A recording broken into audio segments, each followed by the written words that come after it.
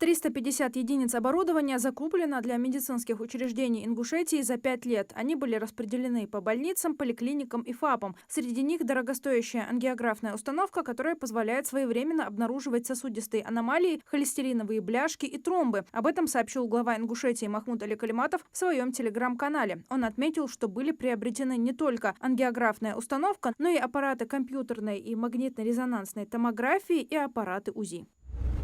19 ноября в 17 часов на НТРК «Магаз» состоится прямая линия с главой Ингушетии Махмудом Али Калиматовым. Вы уже можете задать интересующие вас вопросы или отправить видеообращение на личную страницу главы ВКонтакте или на номер 8 928 098 23 33 в мессенджерах WhatsApp и Telegram. В ходе прямого эфира вы можете также позвонить на бесплатный номер 8 800 301 41 42. Трансляция прямой линии будет вестись на канале НТРК «Магаз» на официальном сайте, на площадке телеканала в Рутюб, а также на официальной странице ВКонтакте главы Ингушетии.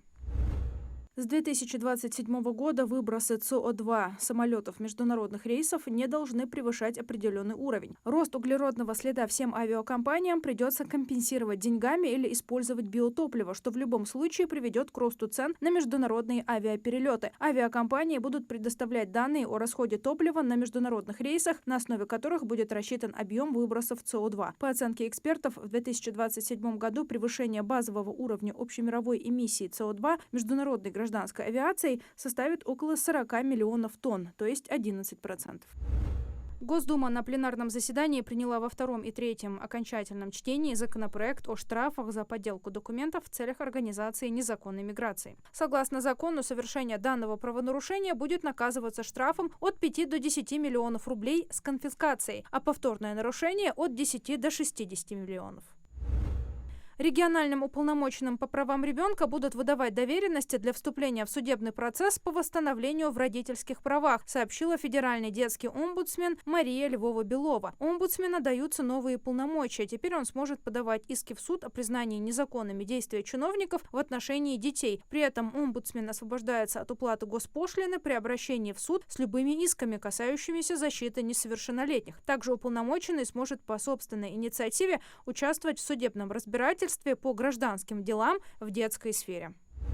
Группа депутатов Госдумы предложила увеличить скорость на автомагистралях до 150 км в час. Речь идет не о всех автомагистралях, а только о тех, которые отвечают всем современным требованиям. По мнению авторов инициативы, это позволит сократить время поездки, а также избавит от пробок. Кроме того, это даст новое экономическое развитие регионам, через которые трассы проходят. Ингушские спортсмены успешно выступили на 45-х всероссийских соревнованиях по боксу памяти Педро Саэса Бенедикто в Симферополе. В соревнованиях участвовали спортсмены из 24 регионов страны. В весе до 80 килограммов вторым стал Рахим Плиев. В весе до 67 килограммов третьего места добился Хусейн Абиев.